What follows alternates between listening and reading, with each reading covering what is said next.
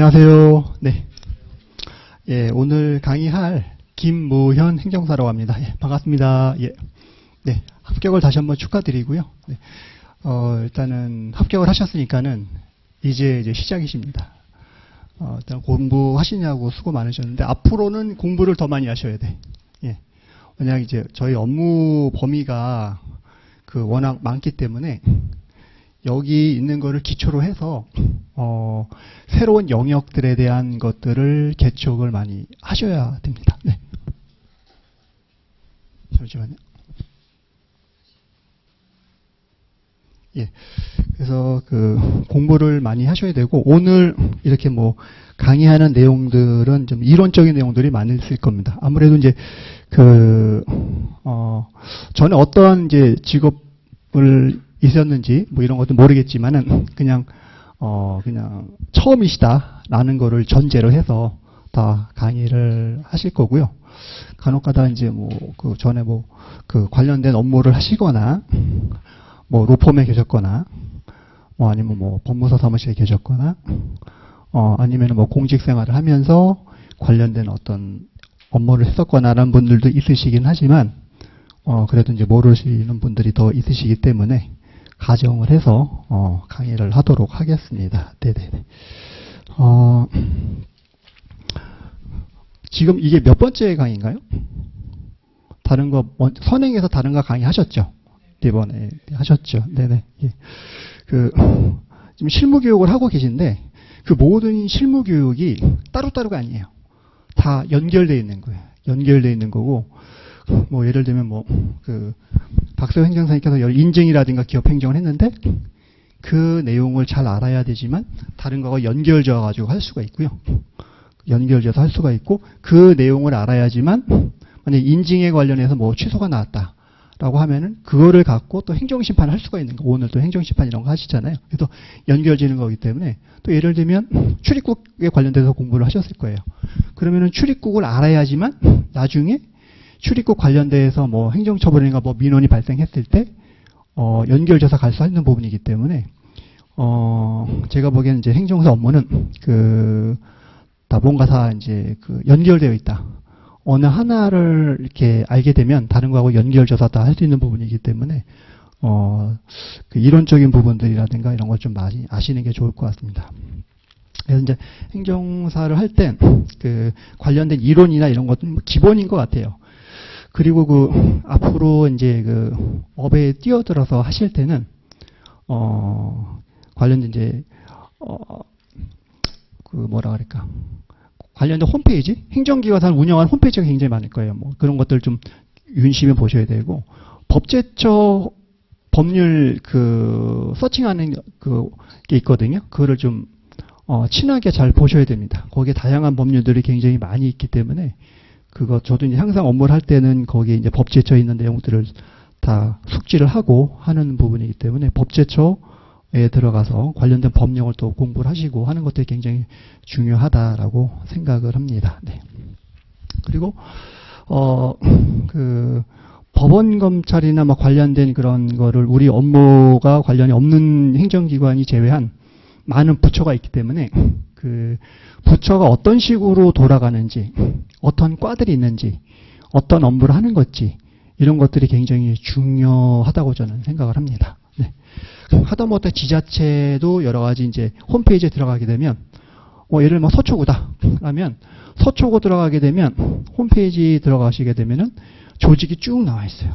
그러면은 각 조직과가 어떻게 구성이 되어 있고 그 과에서 무슨 일을 하는지 그 다음에 그 과마다 내가 할 수 있는 일이 뭔지 그 과마다 하는 업무들이 있는데 그 과에서 내가 돈 되는 일이 뭔지 이런 거를 빨리 찾으셔야 되세요.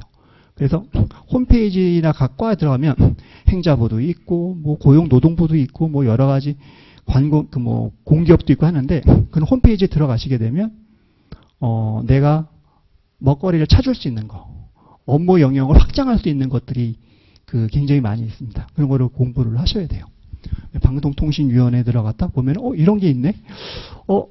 방송통신위원회에 들어가니까는 위치정보 사업이라는 게 있네. 이건 뭐지?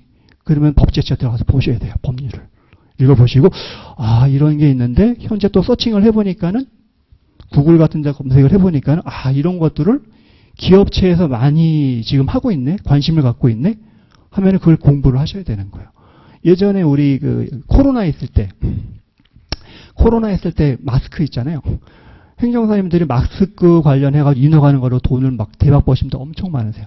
왜냐면 뭐 한 건 할 때 막 400만, 500만씩 받고 해주거나 이렇게 했기 때문에 그때 마스크 공장이 막 난립을 했어요. 장난 아니에요. 막 마스크 공장 여기다 했다고 막 해달라는 분이 굉장히 많았는데 또 관련돼서 이제 뭐 손세정제 이런 것들 위생에 관련된 것들 해가지고 뭐 식약처 관련된 인허가들을 다 공부하지 않으면은 거기서 이제 할 수가 없어서 관련된 것들을 굉장히 많이 공부해가지고 하셨던 거예요. 그래서 앞으로 하실 때 오늘 하는 것들은 그냥 기본 이론인 거고 제가 가장 중요한 부분들은 이런 베이스를 갖고 원리를 이행을 하고 각 부처에서 어떻게 돌아가고 있는지, 각 부처마다 뭐가 돈 되는 것들이 있는 건지를 얘기를 좀 연구를 하고 하는 게 중요할 것 같아요. 그래서 지금 합격의 법학원에서 하는 이런 실무들은 행정사님들이 일반적으로 하는 업무들이에요. 그냥 다 누구나 할 수 있는 업무들, 누구나 이거를 할 수 있는 그런 정도의 업무들인 거예요. 그래서 이거에서 확장해서 이거를 기본으로 해서 나만의 업역을 더 넓히셔야 돼요. 새로운 부분들. 그래서 지금 행정사분들이 잘 몰라가지고 개척되지 않은 업무들도 굉장히 많아요. 잘 모르는 업무들이 새로운 인허가들 굉장히 많습니다. 그런 것들 보고 그 다음에 우리 주변의 기업체를 잘 보셔야 돼요. 이 기업체들은 무슨 일을 하는 건지.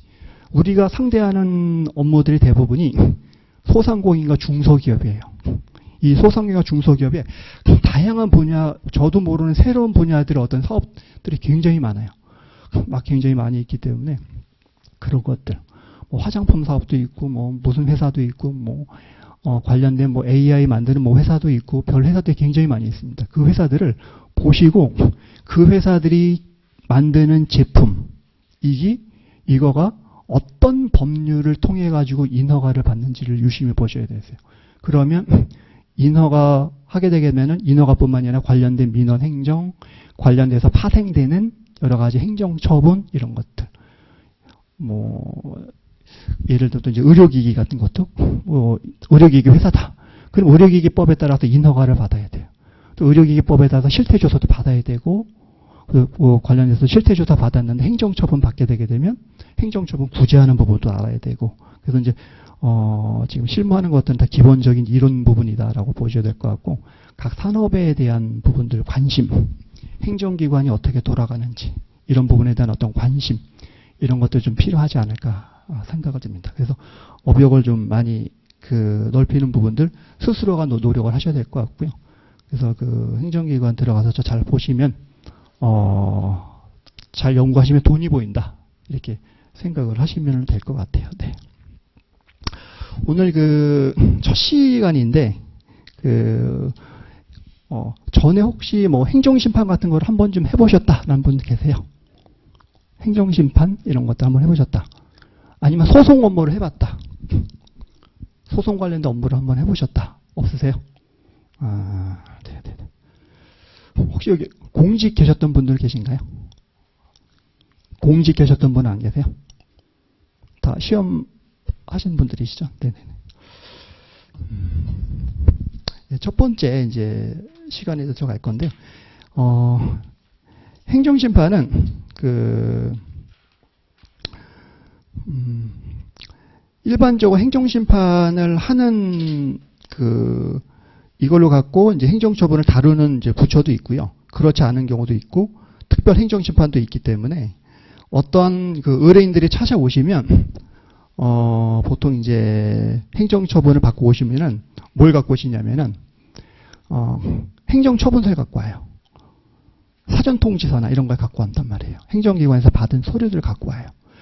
그러면 처분서를 갖고 오는 거를 유심히 잘 보셔야 되세요. 예를 들어 이런 경우도 있어요. 전화하셔가지고 제가 이런 거 처분을 받았는데 어떻게 되는지 아는데 본인 얘기만 막 하신단 말이에요. 그런 경우에는 딱 거두절미하고 그러세요. 그러면은 제가 좀 내용을 확인해 봐야 되니까 혹시 행정기관에서 받은 서류 있으세요? 라고 물어보시면은 행정처분서 뭐 받았다는 분들이 있으세요. 아닌 분들도 있어요. 전에 예를 들면 공무원이 뭐 전화라든가 아마 단속에 대해서 하신 분들이 있는데 그런 경우를 빼고 나머지는 이제 행정처분서를 받았는지 아닌지 여부를 검토해서 하는데 행정처분서를 받았다고 하면은 거기에 관련된 법 규정이 되어 있어요. 그럼 법제처 빨리 가셔가지고 그 법 규정을 습득을 하셔야 돼요. 아, 이것 때문에 이 사람이 위반돼가지고 처분을 받았구나라고 하면은 아, 무슨 얘기인지 이제 이해가 돼요. 아, 이런 위반을 했구나. 그러면 얘기를 들어보면 이제 팩트 체크를 해야 되겠죠? 팩트 체크해서 그 팩트가 어떤 건지 이제 확인하셔야 됩니다. 그럼 팩트를 확인해서 아, 이런 위반 상황이다라고 하면은 대략적으로 어떤 식으로 구제를 해둬야 될지 프로세스가 머릿속에서 이제 그 뭔가 연상이 돼요. 이 오늘 하는 이 여러 가지 내용들이 굉장히 많이 있는데 여기 행정심판, 뭐 심사청구 뭐 이런 것들도 있고 청원, 민원 관련된 거 있는데 행정기관에서 어떤 민원 관련된 사항을 해결하기 위한 하나의 제도일 뿐인 거예요. 근데 이 제도를 의뢰인들의 얘기를 들어보고 나는 이제 행정법률 전문가예요. 그러면 의뢰인들한테 들은 사실 팩트 체크를 정확하게 하고 팩트 체크를 하면 관련된 얘기도 듣고 관련된 사실도 확인하고 공무원한테 전화해가지고 여러 가지 위반 사항에 대한 부분도 들어서 확인도 하고 이런 종합적인 거를 들어서 어떠한 방법으로 어떠한 제도를 이용해서 이분한테 서비스를 해주는 것이 가장 만족스러운 결과를 얻을 수 있는지 우리가 선택하고 전략을 짜드려야 되는 거예요. 그냥 막연하게 처분했으면 그냥 행정심판하면 되죠. 그냥 뭐 행정심판 오시면 제가 한번 써드릴게요. 이건 전문가 아니에요. 그냥 대서방이에요. 대서업자. 그냥 단순하게 쓰는 거는. 전문가라고 하면 관련된 내용을 정확히 들고 이 사람의 상황을 파악해서 전략적으로서 아, 이분한테 어떤 방향으로 어떤 제도를 통해서 어떤 방향으로 해가지고 뭔가를 도와주는 것이 가장 좋겠다. 좋은 결과를 도출할 수 있다는 것을 전략을 세워줘야 돼요. 지략가가 돼요. 지략가가. 그런 것들을 해주는 역할을 해야 되는 거예요. 단순하게 뭐 써주죠. 뭐 이렇게 뭐 인허가 오면 이런 거 해주죠. 라는 거는 게 아니라 뭔가를 이분한테 뭔가 100% 뭔가를 서비스 해줄 수 있도록 그거를 뭔가를 이제 연구도 하고 분석도 하고 전략도 짜고 뭔가 효율적인 거를 제공할 수 있는 거를 하는 부분이다라고 이제 이해를 하시면 될 것 같습니다. 그래서 오늘부터 내일까지 여러 가지 민원 관련된 사항들을 해결하는 다양한 제도들을 공부를 할 거예요. 그래서 이제 그 지엽적인 부분들은 좀 빼고 그런 거 들어가서 읽어보시고 굵직굵직한 부분에 대해서 말씀드릴 테니까는 오늘 이제부터 내일까지 강의하는 거는 아, 이런 제도가 있다. 이런 제도가 있고 아, 이런 내용이 있겠구나라는 정도를 이해를 하시고 나중에 실질적으로 이제 실무를 이제 접하시게 되게 되면 그때부터 이제 좀 더 심도 있게 공부를 하셔가지고 뭔가 도움을 줄 수 있는 부분들을 이제 고민을 하셔야 될 것 같습니다. 네. 그래서 일단은 서설을 해서 조금 길게 말씀을 드렸고요. 예, 본론으로 이제 다시 돌아와서 한번 하나하나 이제 재미없는 강의를 한번 해보겠습니다. 네. 너무 이제 수험 공부할 때도 재미없었죠? 공부들이 이제 다 딱딱한 부분이라서 재미가 없습니다. 재미가 없는데 일단은 알아두면 나중에 이제 실무를 할 때 이거를 어떻게 써먹을지 다 이제 그 하나의 이제 도구로 쓰일 수 있다라고 이제 생각하시면 될 것 같습니다. 행정심판이다. 행정심판의 의의라고 해서 행정정의 위법 부당한 처분이 있어야 됩니다. 우리 이제 행정절차법이나 이런 거 공부를 하셨을 텐데 거기에 보면 처분이나 뭐 이런 게 이제 아마 공부를 하셨을 거예요. 그래서 처분, 공권력의 행사 불행사로 인해서 권리 이익을 침해받는 국민이 신속하고 간편하게 법적으로 이를 구제할 수 있도록 하는 제도다. 비용은 없다. 보시면 되세요. 무료다. 근데 법원의 소송은 돈을 낸다. 그렇죠? 이거는 공짜다. 행정소송할 때 돈 내죠, 법원에? 송달료 인지 때 냅니다. 그렇죠? 근데 이거는 공짜예요. 절차가 간편하다, 신속하다. 이런 장점이 있습니다. 그래서 이제 보시면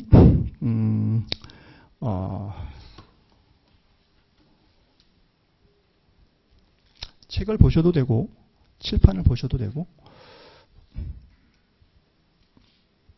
네, 여기 보시면 국민이 있고 행정심판 위원회에다가 이제 행정심판위원회라는 어떤 준사법적인 기관이 있다. 준사법적인 게 있고 처분을 내는 행정기관이 있다. 라고 이제 보시면 될 것 같습니다. 네.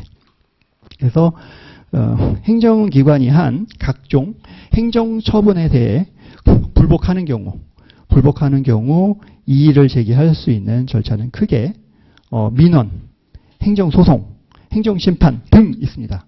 다른 것도 또 있어요. 청원도 있고 고충민원도 있고 여러 가지 많습니다. 이의신청도 있고 많습니다.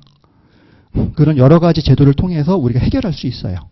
그래서 사안별로 가장 적합한 절차를 이용해야 되는 거죠.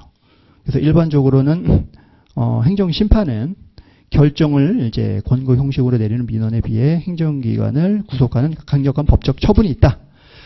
우리 국민권익위원 했을 때 그게 그 구속력이 있는 건 아니죠. 권고하는 거잖아요. 의견을 표명하는 거잖아요. 근데 행정심판은 강력하게 따라야 된다. 법적 구속력이 있다라고 보시면 될 것 같고요. 그리고 또한 소송은 위법성만 다툽니다. 위법한 뭔지 아닌지 아니지만 따는데 행정심판은 기타 여러 가지 재반상, 부당성, 위법성 이런 거 여러 가지 종합적으로 따집니다. 그리고 소송은 어떤 처분에 대해서 이제 그 청구 취지에 따라서 이거를 그 청구 취지대로 할 건지 아닌지 이렇게 하는데 행정심판 같은 경우에는 행정심판위원회에서 그 부분에 대해서 처분을 변경할 수도 있고 이렇게 할 수도 있습니다. 그래서 그런 차이점이 있다는 것도 좀 알아두시면 좋을 것 같아요. 그래서 위법성, 부당성, 한목적성까지 판단해 구제 권익에 이제 훨씬 넓어 국민 입장에서 매우 효율적이다. 그런 어떤 권익 구제 제도다라고 이제 이해를 하시면 될 것 같습니다. 네. 특별행정심판에 이제 우리가 행정심판이 지자체에서 나오는 행정심판이 있고요. 중앙부처에서 하는 이제 행정심판도 있고 또 중앙부처 중에서 여러 가지 이제 특별행정심판위가 있습니다. 중앙행정심판위원회도 있고 지자체, 경기도행정심판위원회, 서울특별시 행정심판위원회도 있고 여러 가지 또 다양한 소총심사위원회라든가 다양한 특별행정심판위원회도 있습니다. 그래서 이제 사안의 전문성과 특수성을 이제 살리기 위해서 특정 분야 행정심판을 하는 그런 이제 제도다라고 이해를 하시면 될 것 같습니다. 네. 여기 그림 보시면 다양한 왜 맞죠? 소청, 조세도 있고요. 조세, 해양심판. 우리 회사 행정사님들이 해양심판 이거 하시죠? 네. 그다음에 특허, 그다음에 이제 고용보험, 노동, 선거관리위원회, 그다음에 건강보험 같은 경우는 이의신청, 심사청구 이렇게 있잖아요. 건강보험에 대해서 토지수용위원회 일반 행정심판은 안 하죠.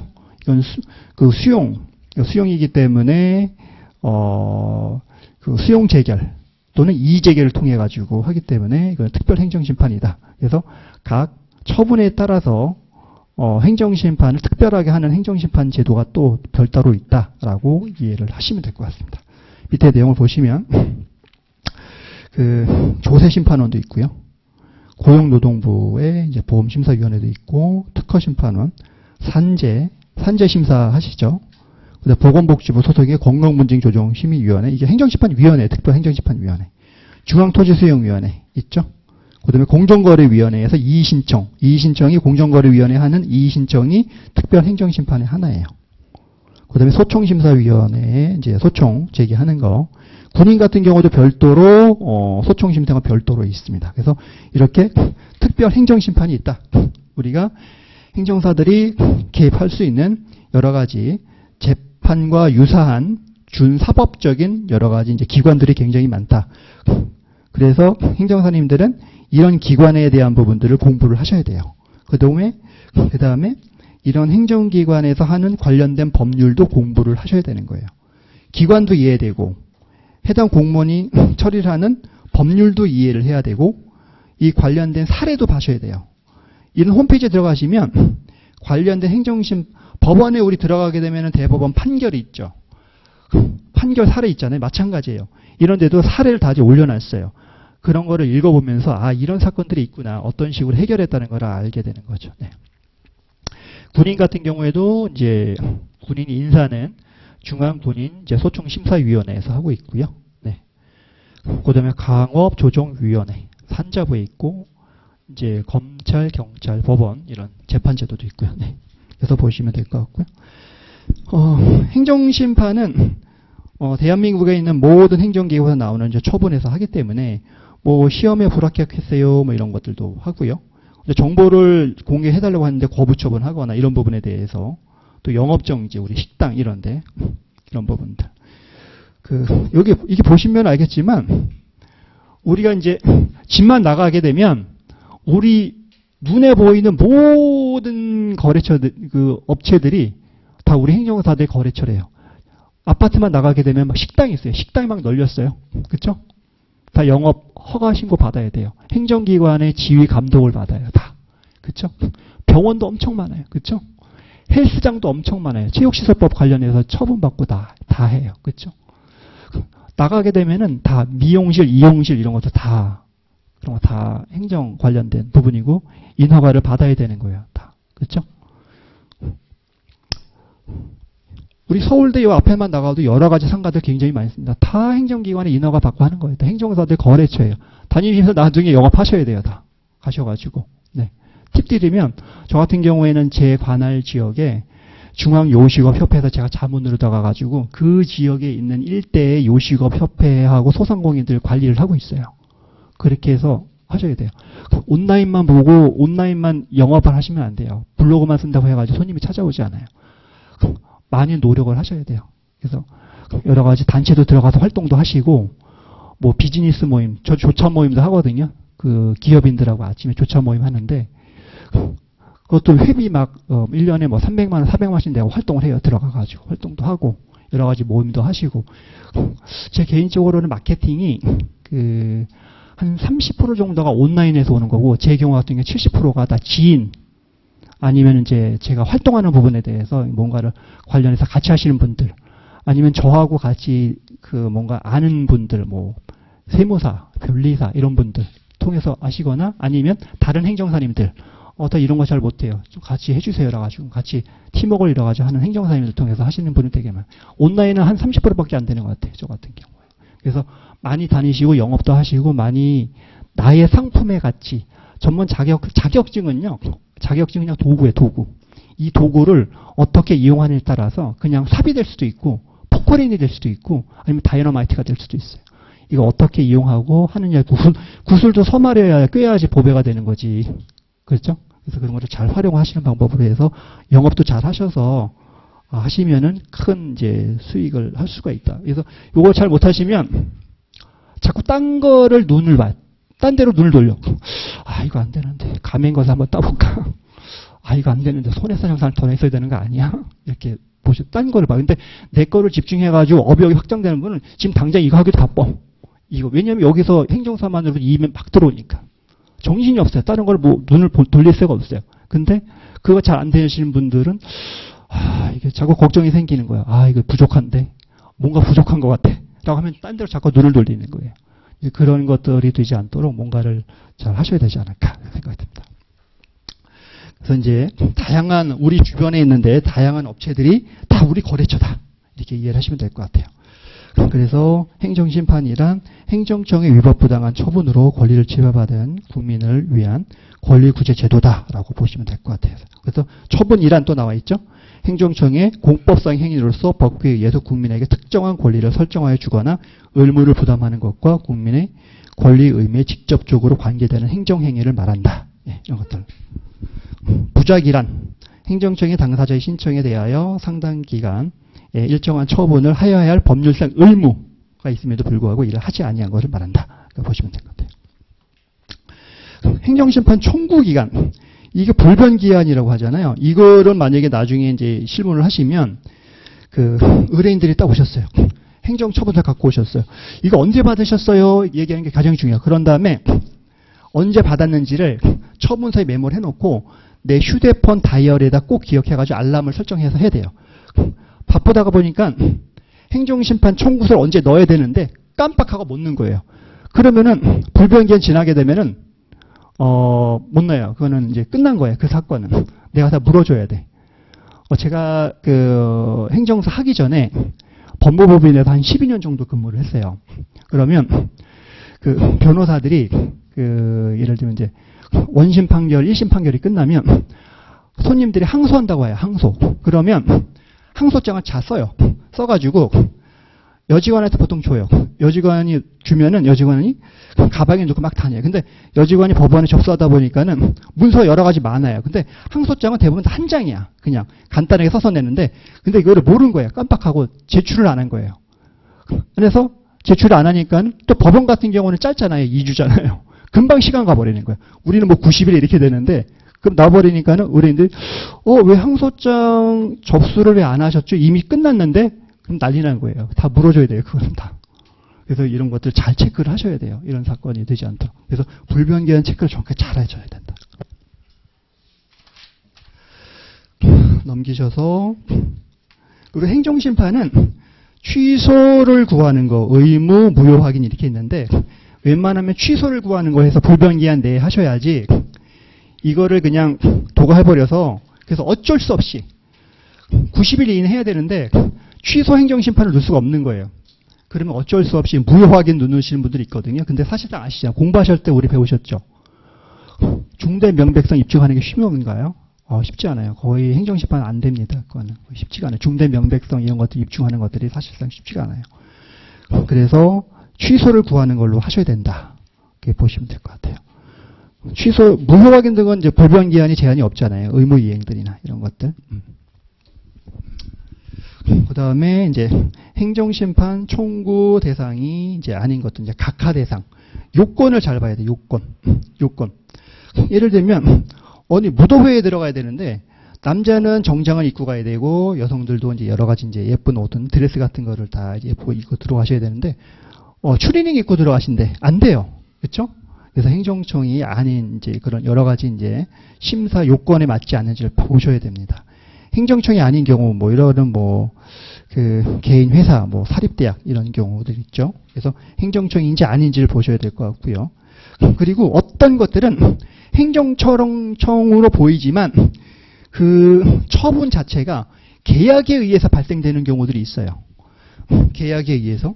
그래서 어떤 기관하고 이제 사법상 계약을 했다. 근데 계약 위반을 해가지고, 이거를 이제 계약 취소 통지를 하거나 이런 부분들이 있어요. 이런 경우 이거 행정심판으로 잘못 알고 행정심판을 제기하시는 분들도 있으세요. 그래서 그 행정기관에서 온 문서의 법적 성격이 뭔지를 잘 보셔야 돼요. 네. 그 다음에 처분 또는 부작위에 해당되지 부작위에 해당하지 않는 행위, 민원, 단순 민원, 질의응답, 법령 해석 이런 것들, 뭐 사실행위, 권고, 조정 이런 것들을 그렇다고 이제 보시면 될 것 같습니다. 손해배상 청구 이런 것들. 네. 한번 읽어보시고요. 네. 그 다음에 청구인이 이제 청구인이라 하면 법률상 이익이 있어야 돼요. 법률상 이익. 법률상 이익이 있는지 아닌지. 행정위의 상대방이 아닌 제3자가 청구하는 경우 안 되죠. 법률상, 근데 제3자가 법률상 이익이 있으면은 가능하죠. 네. 그런 부분들. 뭐 예전에 이제 공부하셨을 때, 이제 행정심판법 볼 때 여러 가지 판례 그런 것도 있잖아요. 어디 뭐 석탄 관련해서 뭐 이제 뭐 주변 사람들이, 이웃 사람들이 관련해서 뭐 행정심판을 제기한다든가 이런 경우 있었죠. 뭐 도롱뇽 사건 뭐 이런 것들 보시면 있고요. 그 다음에, 행정행위의 소력이 소멸된 후 이제 심판을 청구하는 이런 건 안 되겠죠. 다만 이제 특별하게 가중처벌이 규정된 경우는 가능하겠고요. 행정행위를 취소하더라도 원상회복이 불가능한 경우 이런 것도 안 되고, 처분의 취소로 회복되는 법률상 이익이 있으면, 그러니까 법률상 이익이 가장 중요한 거예요. 결국엔 법률상 이익이 있는지 아닌지. 네. 다 기억하기 어려운 거는 핵심 키워드, 우리 공부할 땐 키워드를 잘 기억하셔야 돼요. 키워드만 하면 다 이해가 되니까 키워드만. 법률상 이익. 그 다음에 이제 재심판 청구. 심판 청구 이제는 행정심판은 단심이야, 단심. 그래서 한 번에 끝나는 겁니다. 저는 손님들한테 이제 오면은 행정은 사심이라고 얘기를 해요. 그래서 행정심판을 반드시 거치고 행정소송을 가도록 저는 얘기를 합니다. 근데 변호사들은 빨리 그냥 소송하세요. 뭐 그 시간 아깝게 뭐 이렇게 하세요라고 그렇게 하는데, 행정심판을 거치시는 게 저는 맞다고 봐요. 왜냐하면 뭐 첫 번째로는 가장 중요한 거는 우리가 돈을 벌기 위해서, 두 번째로는 의뢰인들을 위해서. 왜냐하면 행정소송은 길어요. 긴데 이 과정 동안 우리가 정보라든가 증거 자료가 없는 경우가 굉장히 많아요. 근데 행정심판을 통해 가지고 소송을 전제해서 행정심판 할 때 전략적으로 그 반박과 이런 내용들을 우리가 그 막 뭔가를 던지는 거예요. 우리가 유도신문 할 수 있도록 질문을 던지고 반박하고 주장을 하면 행정심판을 담당하는 공무원은 이기려고 적극적으로 대응을 하고 관련된 문서 이런 거 다 붙여가지고 답변서로 다 내버려요. 그 다음에 불필요한 주장이나 이런 것도 주장도 막 해버려요. 그러면 거기서 딱 걸리는 경우가 있어요. 그러면 소송 갔을 때, 니네 행정심판할 때 이렇게 지난번 얘기했잖아. 지난번도 이거 문서 제기했잖아. 하게 되면 그거 갖고 이긴 적도 굉장히 많았어요. 저 같은 경우에도. 그래서 행정심판 설사 질 수 있다고 하더라도 행정심판은 전략, 상대방의 약점을 끌어내거나 내가 없는 증거를 끌어내거나 했을 때 하는 부분도 그래서 행정심판을 하는 부분이다라고 이해하시면 되세요. 그래서 이제 변호사들은 무조건 뭐 행정심판 하세요. 빨리 이제 행정소송 하시면 되지 이렇게 하는데 그게 아니라 전략적으로 봤을 때는 그게 필요할 수도 있다라고 보시면 되세요. 그래서 여기 있는 제도들을 그래서 내 손에 넣고 막 이렇게 막 하셔야 돼요. 요리를 하셔야 돼요. 요리를. 요건 요렇게 써보고, 요 제도는 내가 요렇게 써보고, 요런 제도는 한번 요렇게 써가지고 한번 내가 전략적으로 한번 해보겠다. 그거를 머릿속으로 막 전수를 해야 돼요. 우리는 군의 어떤 장군처럼 앞에 나가지고 전술을 짜는 거라 상황을 파악해서 팩트 체크를 해가지고 명확하게 그 다음에 전술을 어떻게 짤지, 상대방이 어떻게 나올지 이런 것도 하셔야 돼요. 그리고 행정심판 할 때도 공무원한테 저는 막 전화해가지고, 주말에 뭐 좀 확인할 게 있는데요. 이게 뭐 일인데 이런 일다는데 만나요 하면서 얘기도 들어보고, 그 공무원들도 막 주저리저리 막 뭔가를 얘기를 하죠. 그럼 뭔가 아이디어가 어렵거나 이제 모르는 정보들을 얻는 경우들도 있어요. 그런 거를 하는 경우들도 있고, 행정심판 하기 전에 막 정보공개 청구도 하는 경우도 있어요. 막 해가지고 막 정보도 얻는 경우도 있고, 거기서 안 나오는 것들은 또 행정심판 통해서 한다든가. 그래서 그런 거를 상황에 맞춰서 전술적으로 해야 된다. 이렇게 보시면 될 것 같아요. 그래서 보시면 행정심판 절차. 행정심판 절차는 법원에서 소송하는 거하고 거의 대동소이하죠. 대동소이. 간단하게 이제 설명을 드리면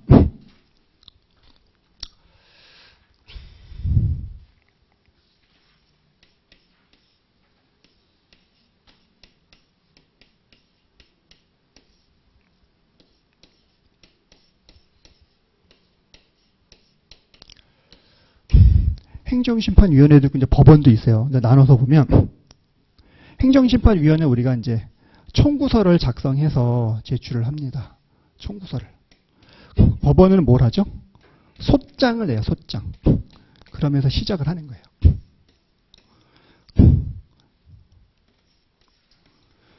여기는 처분청이 있겠죠. 처분청.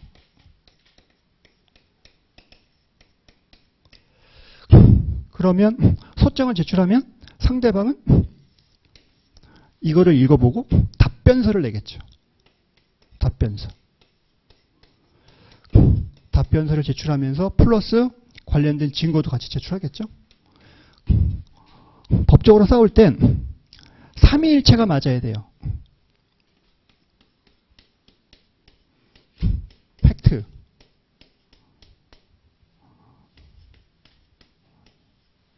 주장.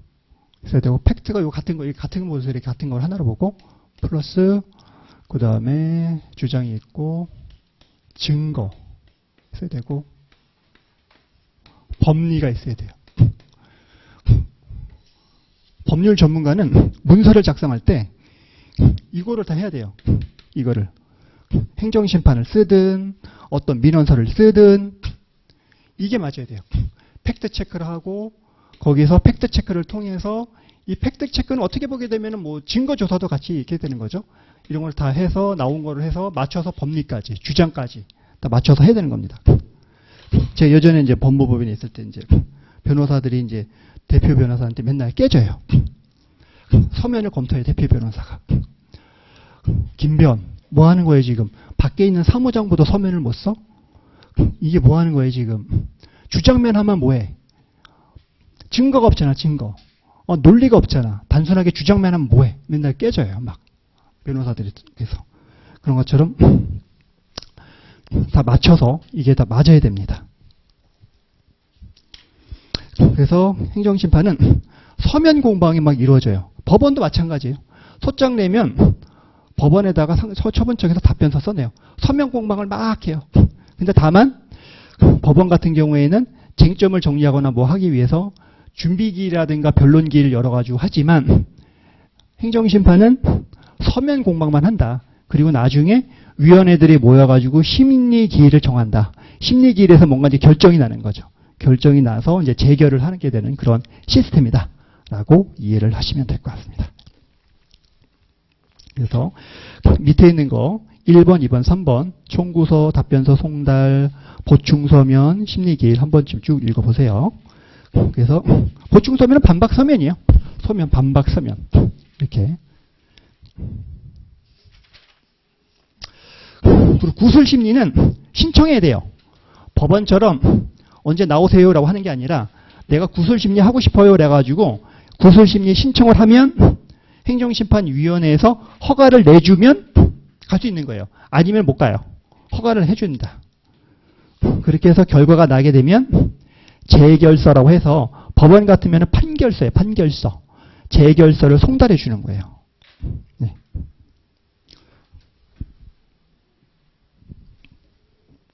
참고로 행정심판을 우리가 이제 도와주는 방법이 두 가지가 있는데 행정심판 청구서를 종이로 문서로 작성해서 출력해서 우편으로 행정심판위원회에 보내주는 방법이 있고요. 또 하나는 행정심판위원회 온라인 홈페이지가 있습니다. 여기에 들어가서 가입을 해서 온라인으로 접수하는 방법. 저는 100% 다 온라인으로 합니다. 왜냐면 편해요. 우체국 가기 싫어요. 그 시간에 싸니까 일하는 시간이 좋지 거기 우체국까지 가기가 너무 귀찮아요. 그래서 무조건 다 올려버려서 행정심판 온라인으로 접수를 합니다. 그래서 하는 방법은 우리가 아이디하고 다 의뢰인 이름으로 가입을 해줘서 그분한테 인증을 받아서 로그인해서 접수하는 방법을 하시면 됩니다. 아, 선생님 제가 인증 보냈는데 번호 뭐죠? 1234요? 네, 알겠습니다. 1234 하면은 로그인이 딱 돼요. 그러면 들어가서 서류를 스캔 파일을 만들어서 업로드 하시면 됩니다. 간단합니다. 굉장히. 네, 이해하셨죠? 네, 그렇게 하시면 돼요. 예, 그렇게 해서 재결서를 이제 판결문이 이제 송달하는 거죠. 재결서. 재결서 송달하면 우리가 뭐 해야 되죠? 해서 변호사가 판결문 받아가지고 검토하는 거와 똑같아요. 변호사가 판결문 딱 와요. 그러면 읽어보죠. 판결 이유를 읽어봐요.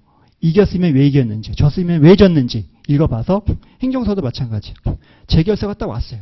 그러면 미리 잘 읽어봐서 재결 이유를 쭉 읽어봐요. 그래서 아 이런 것 때문에 졌구나 라고 해서 의뢰인한테 상담을 해줘야 돼요.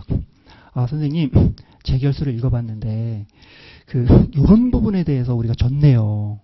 그래서 그걸 보고 앞으로 행정소송을 하실 때는 이 부분을 중점적으로 보강을 해서 해야 될 것 같습니다. 라고 안내를 해주셔야 돼요.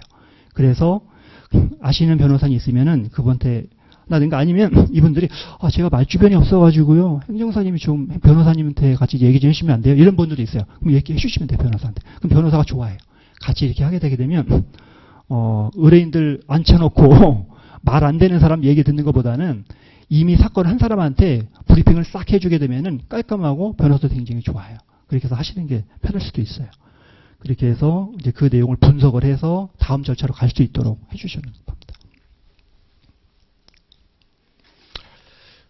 그래서 이제 7번 다 보신 거예요. 그 패스하고 이제 옆 페이지 가로 2번으로 한번 넘어가 볼게요. 행정심판 종류 이거 예전에 뭐 수험 공부하셔서 배우셨죠? 취소, 무효, 의무 이거 해서 그런 게 있다. 이거 넘어가시면 될 것 같고 청구인 적격도 보셨고 보시면 넘어가면 될 것 같고 법률상 이익 키워드 법률상 이익이 중요하다. 넘어가고 선정대표자 청구인이 많아요. 법원도 소송할 때 선정당사자 선정하죠. 행정심판도 당사자가 많아요. 예를 들면 어떤 지역에 그 환경 오염 관련된 어떤 시설이 들어와서 건축 허가가 났어요. 그러면은 여기 마을 사람들이 다 참여해야 되는데 다 못하니까 몇 명만 길동이 엄마하고 옆집에 뭐 이제 춘향이 엄마가 이제 대신 이렇게 당사자로 합시다라고 한다든가 그렇게 해서 선정 당사자를 이제 대표자를 이제 선정을 해서 하는 거죠. 그러면 이분들이 관련된 다른 청구인을 위해서 모든 행위를 다 할 수 있겠다라고 보시면 될 것 같습니다.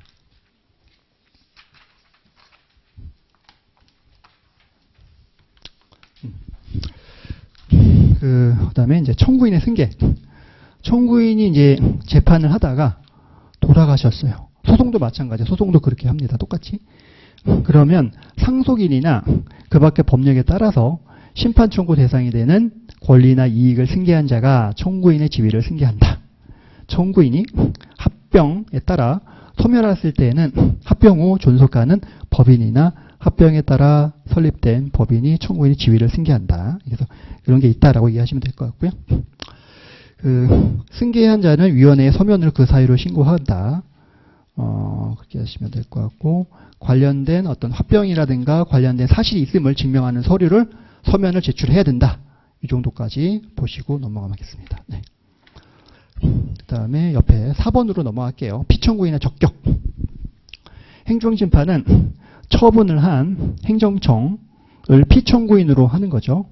서초구청에서 식당에다가 영업정지 2개월 처분을 했어요. 그러면 서초구청장이 이제 피청구인이 되는 거죠. 서초구청장. 서초구가 아니라 서초구청장이에요. 장. 네.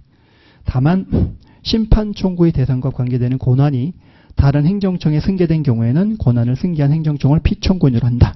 보시면 될 것 같고, 그 다음에 청구인이 피청구인을 잘못 지정하는 경우에 있어요. 이런 건 경정하시면 됩니다. 경정. 경정 신청서를 행정심판위원회에 제출하시면 되고요. 그 다음에 위원회는 피청구인을 경정하는 것들은 결정서를 이제 송달한다. 그러니까 이 재판 업무가 송달을 잘해야 됩니다. 송달이 안 되면 안 돼요. 행정심판도 마찬가지고 법원 소송도 마찬가지예요. 송달을 잘해야 됩니다. 왜냐하면 무기 대등의 원칙상 상대방의 내용들을 미리미리 알려줘서 준비할 때도 해줘야 되기 때문에 다 해줘야 됩니다. 그래서 모든 제출된 서류는 다 송달에 의해서 상대방이 다 가고 오고 한다라고 이해를 하시면 될 것 같아요. 네. 그래서 한번 보시면 될 것 같고요. 네. 그래서 5번 넘어가죠. 심판 청구. 행정심판의 결과에 이해관계가 있는 제3자나 행정청은 해당 심판 청구에 대한 위원회에 이제 참여하겠다고 이제 심판에 참가할 수 있다라고 보시면 될 것 같습니다. 그래서 심판 참가서도 마찬가지로 부본을 당사자한테 제출. 우리가 행정심판 온라인은 아닌데 서면으로 하면 그 상대방 수만큼 부본을 내야 돼요. 행정심판 청구서 하나만 내는 게 아니라 종이로 할 때는 두 부를 똑같이 만들어서 우편으로 보내줘야 됩니다. 근데 온라인으로 하게 되면 그럴 필요가 없죠. 예. 그래서 부본이 항상 들어가야 된다라고 보시면 될 것 같아요. 종이로 했을 때. 네. 그래서 심판 청구의 요구. 위원회는 필요하다고 인정하면 그 행정심판 결과에 이해관계가 있는 제3자나 행정청에 그 사건 심판에 참가할 것을 요구할 수 있다. 보시고 참가인의 지위. 행정 절차의 당사자가 할 수 있는 행정심판 절차사항의 행위를 할 수 있다. 한번 읽어보시면 될 것 같습니다. 참가인의 지위. 행정심판 청구서 아까 이제 설명드렸고요. 그다음에 이제 행정심판위에서 청구서를 이제 접수를 하고, 그다음에 이제 심판 청구 기간, 불변 기간 말씀드렸죠. 90일 이내에 해야 된다. 90일 이내에 해야 된다. 이게 가장 중요한 부분입니다. 그다음에 청구 변경. 청구를 변경할 수가 있어요. 근데 이거는 이제 청구의 기초에 변경이 없는 범위 내에서 청구 취지나 이유를 변경을 하셔야 됩니다. 그래서 그 범위 내에서 하셔야지 그렇지 않으면 안 된다. 집행정지. 집행정지는 어떤 처분이 있어요. 청소년 주류령 해가지고 2개월 처분을 받았어요. 근데 행정심판을 하는 동안 행정처분이 그냥 흘러가면 안 되잖아요. 그래서 행정심판서를 청구를 하면서 그 사건 번호를 따와서 같이 집행정지 신청을 같이 넣습니다. 그러면 행정심판위원회에서 대략적으로 빠르면 1주, 2주 정도 있다가 집행정지 결정을 합니다. 결정을 하게 되면 해당 집행정지가 이제 정지가 되는 거예요. 그러면서 재판을 하는 거예요. 어떤 이런 경우는 있어요. 집행이 기간이 가까웠는데 늦게 오셔가지고 행정사니까 빨리 행정심판 해야 되는데 앞으로 한 2주 정도나 5일 정도 있다가 집행이 시작되는데 어떻게 하죠? 하는 경우가 있어요. 그때는 빨리 행정심판 청구서가 집행정지 신청을 작성해서 제출을 해야 되고요. 집행정지 신청에다가 위원회에서 이거를 모여가지고 하는 게 시급하기 때문에 위원장이 직권으로 상정을 해서 해달라고 그런 내용 반드시 기재를 해주면 빨리 집행정지가 나는 경우들도 있습니다. 그래서 이런 경우에는 보통은 한 달마다 위원회가 열리는 날이 있어요. 그때 모아서 하는데 그렇지 말고 이거 시급하다. 그런 경우에는 위원장님께서 직권상정을 해가지고 빨리 결정을 내달라라고 얘기를 하셔야 됩니다. 그래서 그리고 집행정지 신청서를 잘 쓰셔야지 안 하게 되게 되면 그냥 기각됩니다. 기각되면은 소송으로 가야 돼요. 소송으로 가야 돼요. 행정심판 하지도 못하고 그냥 소송 가셔야 돼요. 집행정지가 반드시 인용이 돼야지 재판해가지고 행정심판 해가지고 끌고 가는데 행정심판 청구서 내가지고 집행정지 신청서 별도로 냈어요. 근데 집행정지가 기각이 돼버렸단 말이에요. 그러면 행정심판 하는 동안 예를 들면 2개월, 2개월 다 지나가 버린단 말이에요. 이거를 정지해놓고 재판해야 되는데 흘러간단 말이에요. 그러면 손해란 말이에요. 그런 경우에는 어쩔 수 없어요. 그래서 집행정지 이 신청서 쓰는 거를 굉장히 신경을 써요. 어떻게 하면 인용될 수 있는지 이런 부분들을 반드시 얘기를 해야 됩니다. 잘 쓰고 입증도 잘 해야 되고 해야 되기 때문에 그렇지 않으면은 변호사 찾아가가지고 또 소송해야 돼요. 소송해서 변호사한테 집행정지 또 해달라고 해야 돼요. 그래서 그런 부분이 있기 때문에 집행정지 할 때 신경을 쓰셔야 됩니다. 그분들은 결국은 오시는 분들은 이 집행정지 하나만 보고 오시는 분들이 있으세요. 보면 행정심판 보면 아 이분은 본인이 여기서 진다는 거를 뻔히 알고 왔구나라는 분들이 있어요. 다만 시간을 보려고 예를 들면 얼마 전에도 뭐 호포집에서 단속돼가지고 걸렸어요. 근데 본인은 그 11월 말부터 1월 달 그때까지가 피크예요. 완전히 대박이야. 대목 그 기간이에요. 이거를 지나가야지만 돼요. 그래서 한 2월 3월쯤 되게 되면은 그때 내가 쉬어도 상관이 없어요. 그런 경우에는 이걸 해달라고 해요. 근데 이게 안 됐다. 그러면은 이제 안 되는 거죠. 네, 이제 그런 부분도 있다라고 보시면 될 것 같아요. 그다음에 임시처분, 임시지위를 정하는 거예요. 임시지위를 정하는 부분이다. 그래서 이제 이것도 이제 집행정지하고 같다라고 이제 보시면 될 것 같습니다. 그래서 보고 보정사항이 있으면 보정하시면 됩니다. 뭐 흠결이 있으면 보정서 문서 만들어서 바로 접수를 하시면 되는 거고요. 네. 보정 안 하면 그냥 각하될 수도 있어요. 그래서 보정기간 내 보정을 잘 하셔야 됩니다. 그래서 이제 보정이 안 되게 되면 이제 각하가 된다. 그 다음에 특별하게 주장 있으면 더 보충서면 잘 써가지고 바로바로 반박하셔야 됩니다. 보충서면 잘 써가셔가지고. 그리고 증거서류는 의뢰인들한테 잘 받거나 아니면 의뢰인이 입수하기 어려운 것들은 우리가 직접 민원을 제기해서 받거나 정보공개 청구를 하거나 해서 받아야 됩니다. 그렇게 하셔야 되고 증거를 그냥 내는 게 아니라 하나하나 증거를 내가 왜 내는지를 증거 설명서를 써줘야 되는 거예요. 진단서를 그냥 냈어요. 진단서 내서 그냥 끝나는 게 아니라 진단서 한 다음에 진단서를 갑제 1호증이라고 하면은 그 밑에다가 이 진단서는 그 청구인이 학교폭력 관련해서 맞아가지고 피해가 있다는 부분들을 입증하기 위함이다. 그래가지고 그렇게 증거에다가 관련된 내가 왜 제출하는지 뭘 입증하려는지를 구체적으로 써주는 거예요. 증거 설명서를. 그렇게 해주면 이제 그거를 이제 보는 제3자가 이런 것 때문에 냈구나라고 이제 이해를 하시는 거죠. 그렇죠? 이렇게 보시면 되고요. 그다음에 증거조사. 행정심판위원회에서 증거조사합니다. 그래서 증거 신청하시면 되세요. 이것 좀 해주세요. 저것 좀 해주세요. 보시면 여기서 보면 이제 그 관계인을 위원회에 출석하게 하거나 아니면은 자료를 제출하도록 하거나 아니면 제3자에게 감정을 하도록 하거나 이런 경우 아니면 현장을 방문한다든가 아니면 검증을 한다든가 검증이 뭐죠? 검증은 사람의 오감의 작용을 위해 가지고 현장을 보는 거예요. 듣고 보고 말하고 느끼고 해가지고 하는 것들 검증이라고 하는 거예요. 그 다음에 절차를 병합 심리 이런 것도 한번 그냥 읽어보세요. 이런 것들은 그냥 심리를 다른 거하고 이제 합쳐서 하는 경우도 있다. 하시면 될 것 같고 그 다음에 더 이상 쟁점이 없다, 다툴 게 없다라고 하면은 심리기를 지정할 수도 있고요. 또 어떤가다 이제 심리기를 정해졌으면 우리 행정사나 이제 상대방 쪽에서 변경할 수도 있어요. 근데 변경할 때도 합당한 이유와 근거를 제시하셔야 됩니다. 그냥 막연하게 한다는 게 아니라. 네. 그다음에 심리반식은 이제 구술심리, 서면심리로 한다. 행정심판은 구술심리나 서면심리 하는데 대부분 서면심리다라고 보시면 되세요.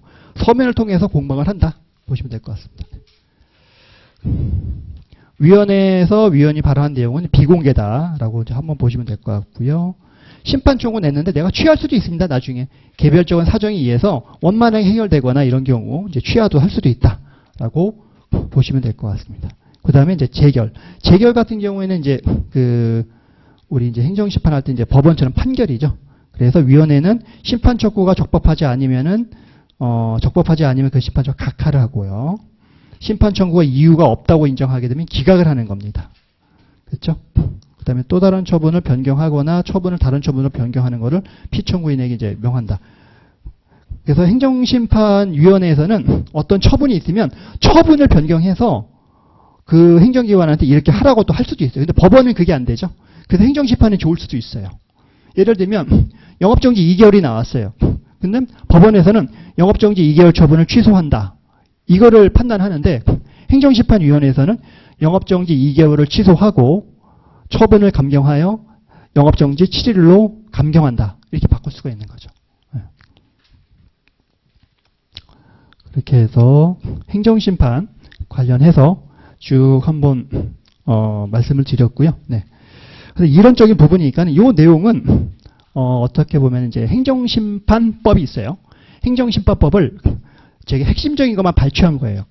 여러 가지 법제처 들어가. 법제처 항상 끼고 다니셔야 돼요. 법제처 휴대폰에다 깔고 이제 컴퓨터에도 이제 항상 보시고 하셔가지고 법제처를 항상 이제 잘 보셔서 이제 거기 내용에 다 우리가 관련된 법률들은 학습을 하셔야 된다라고 보시면 될 것 같습니다. 그래서 그렇게 하고요.